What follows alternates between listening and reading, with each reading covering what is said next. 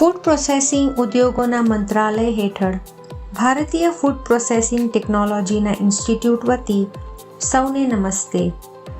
હું PMFME યોજનાની ક્ષમતા નિર્માણ પ્રવૃત્તિ હેઠળ આંબલીનું સોસ બનાવવાની પ્રક્રિયાના વિડીયો પ્રદર્શન સત્ર માટે આપ સૌને આવકારું છું.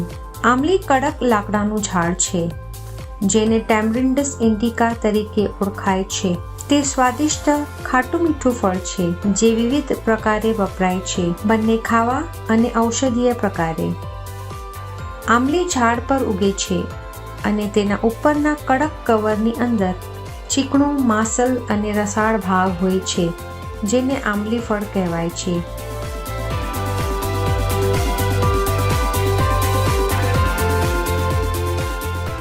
તેમાં ઉચ્ચ પ્રમાણમાં ટાર્ટરિક એસિડ અને સાઇટ્રિક એસિડ પણ છે.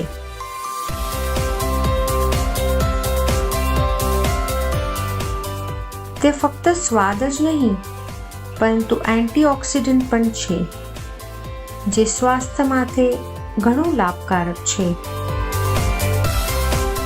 તેને ડેટ ઓફ ઇન્ડિયા તરીકે પણ ઓળખાય છે. તે દક્ષિણ પૂર્વ એશિયા, ઉત્તર આફ્રિકા અને ભારતમાં પ્રખ્યાત છે. તે પાકીને મીઠા થતા જાય છે. તેના મીઠા સ્વાદને કારણે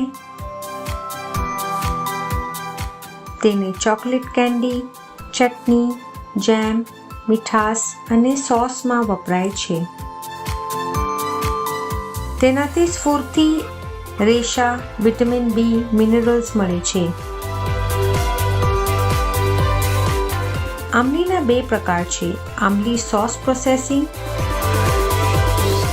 મીઠી અને ખાટી. જે આંબલી કસ્ટમરને વેચાય છે તે મીઠી પ્રકારની છે.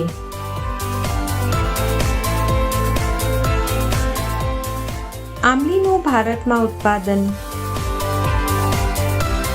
આખા વિશ્વમાં ભારત સૌથી મોટો નિર્માતા છે આંબલીનો. દર વર્ષે 550 મિલિયન ટન ભારતમાં વેચાય છે અને 70,000 ટન નિકાસ થાય છે. આંબલી ભારતમાં બધે ઉગે છે, પણ તે તમિલનાડુ, મહારાષ્ટ્ર, કર્ણાટકા, આંધ્રપ્રદેશ, મધ્યપ્રદેશ અને ઓડિશામાં વધારે ઉગે છે. આંબલી સોસનું પ્રોસેસિંગ.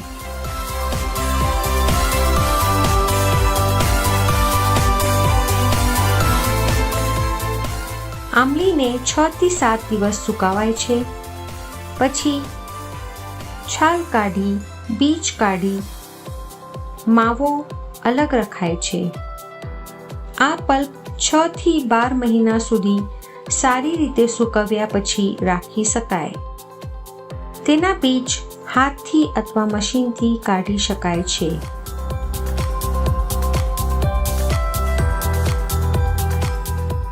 આ મશીન અંદાજે ₹2.25 લાખ રૂપિયામાં મળે છે.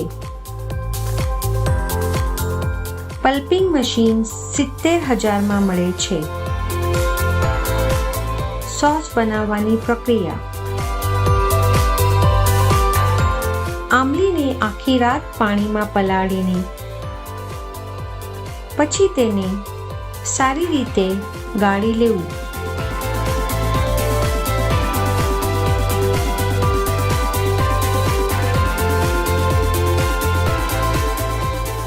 પછી તેમાં થોડું ગોળ, લાલ મરચાંનો પાવડર અને મીઠું નાખી ઉકાળવું જ્યાં સુધી તે ઘાટું ન થઈ જાય.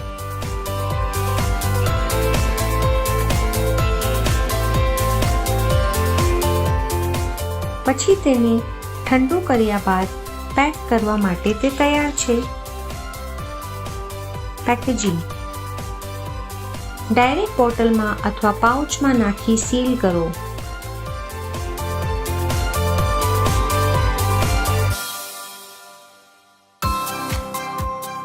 આ વિડિયો જેમાં આપણે આંબલીનું સોસ બનાવવાની પ્રક્રિયા જોઈ તે PMFME સ્કીમ હેઠળ જોઈ, જે આત્મનિર્ભર ભારત અભિયાન હેઠળ છે.